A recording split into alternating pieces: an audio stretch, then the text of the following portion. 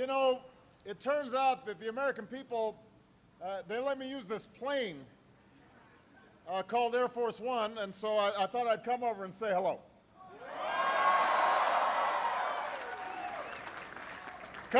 Couple of people I want to thank, in addition to Sergeant Major Eric Johnson for the outstanding introduction and his great service. I want to thank Major General Mike Scaparetti. Thank you for your great work as Commanding General. I want to thank Ms. Dawn Libery, who's the Senior Civilian Representative of Regional Command East, for her outstanding work, and Brigadier General Stephen Quast, Commander 455th Air Expeditionary Wing. Thank you all for your outstanding service. Give them a big round of applause.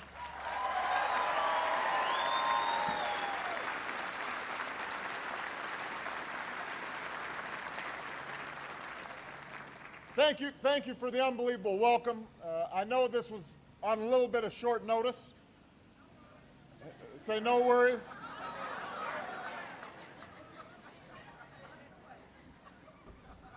It is great to be here at Bagram, and it's great to see all the services. We've got Air Force, we've got Army, we've got Navy,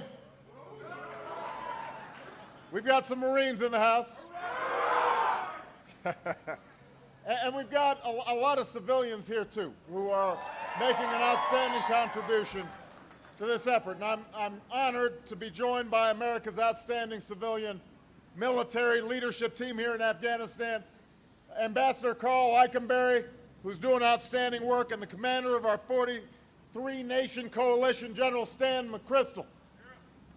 The two of them together have paired up to do an extraordinarily difficult task, but they are doing it extraordinarily well, and we are proud of them. Please give your outstanding team a big round of applause. They've got my full confidence and my full support.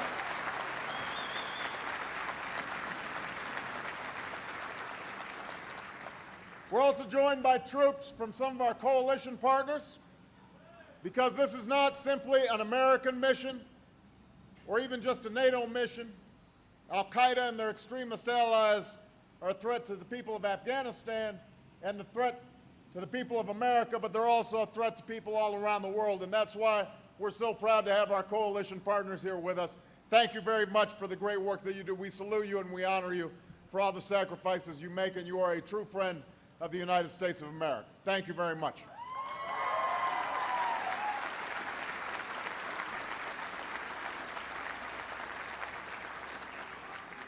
And we also salute the members of the Afghan National Army who are fighting alongside all of you. They're risking their lives to protect their country. And as I told President Karzai today, the United States is a partner, but our intent is to make sure that the Afghans have the capacity to provide for their own security. That is core to our mission, and we are proud of the work that they are doing and the continuing increased capacity that we're seeing out of Afghan National Security Forces. So thank you very much for the great work you're doing to take responsibility for security here in your own country. And to the Afghan people, I want to say that I'm honored to be a guest in your country. Now, the Afghans have suffered for decades of war, but we are here to help Afghans forge a hard-won peace while realizing the extraordinary potential of the Afghan people, Afghanistan's sons and daughters, from the soldiers and the police to the farmers and the young students. And we want to build a lasting partnership founded upon mutual interests and mutual respect. And I'm looking forward to returning to Afghanistan many times in the years to come. Now, I know for most of you, you didn't get a lot of notice that I was coming, but I want you to understand there's no visit that I considered more important than this visit I'm making right now, because I have no greater honor than serving as your Commander-in-Chief, and it is a privilege to look out and see the extraordinary efforts of America's sons and daughters here in Afghanistan. So my main job here today is to say thank you on behalf of the entire American people.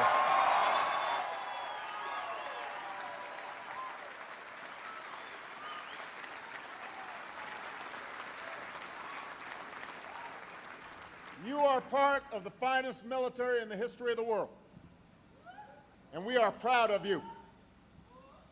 And so I want you to know that everybody back home is proud of you. Everybody back home is grateful, and everybody understands the sacrifices that you have made and your families have made to keep America safe and to keep America secure in this vital mission. And I know it's not easy.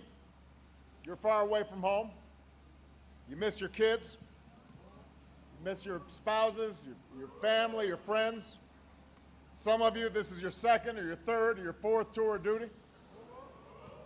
And I'll tell you right now the same thing that I said at West Point last December.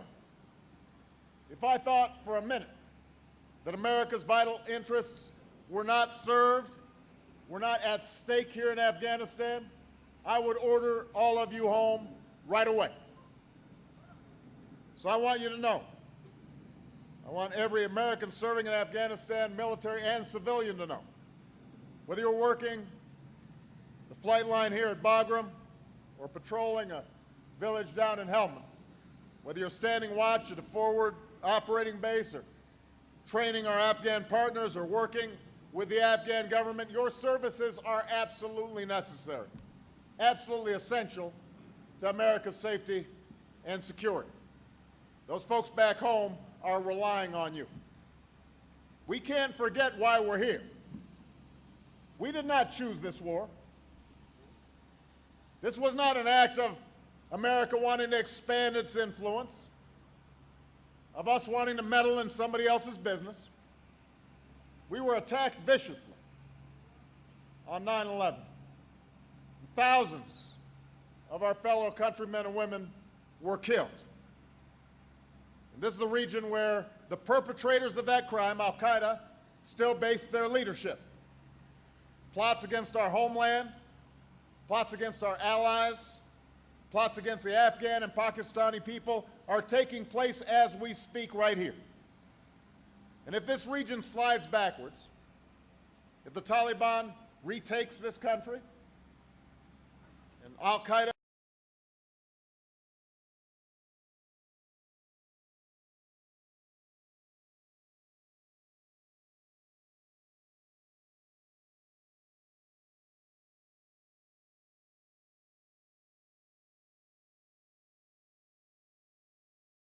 not going to let that happen.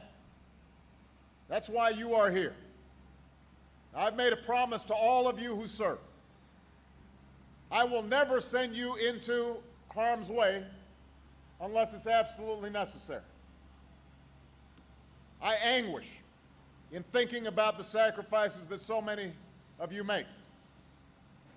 That's why I promise I will never send you out unless it is necessary. But that's only part of the promise, because the other part of the promise is that when it is absolutely necessary, you will be backed up by a clear mission and the right strategy, and you will have the support to finish the job, to get the job done. And I am confident all of you are going to get the job done right here in Afghanistan.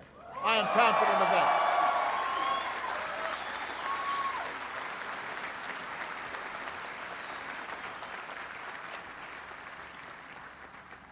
That's why I ordered more troops and civilians here into Afghanistan shortly after taking office. That's why we took a hard look and forged a new strategy and committed more resources in December. That's why we pushed our friends and allies and partners to pony up more resources themselves, more commitments of aid and additional forces and trainers. Our broad mission is clear. We are going to disrupt and dismantle, defeat and destroy Al-Qaeda and its extremist allies. That is our mission. And to accomplish that goal, our objectives here in Afghanistan are also clear. We're going to deny Al-Qaeda safe haven. We're going to reverse the Taliban's momentum. We're going to strengthen the capacity of Afghan security forces and the Afghan government so that they can begin taking responsibility and gain confidence of the Afghan people.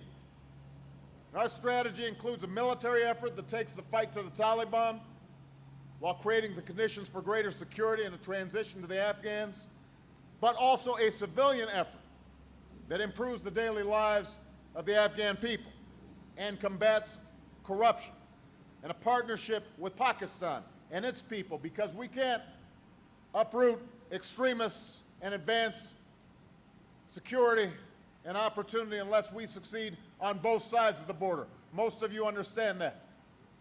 Many of the troops that I ordered to Afghanistan have begun to arrive, and more are on the way.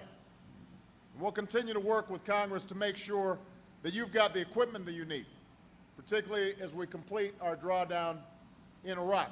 We're providing more helicopters, we're providing more intelligence and reconnaissance capabilities, more special operations forces, more armored vehicles that can save lives.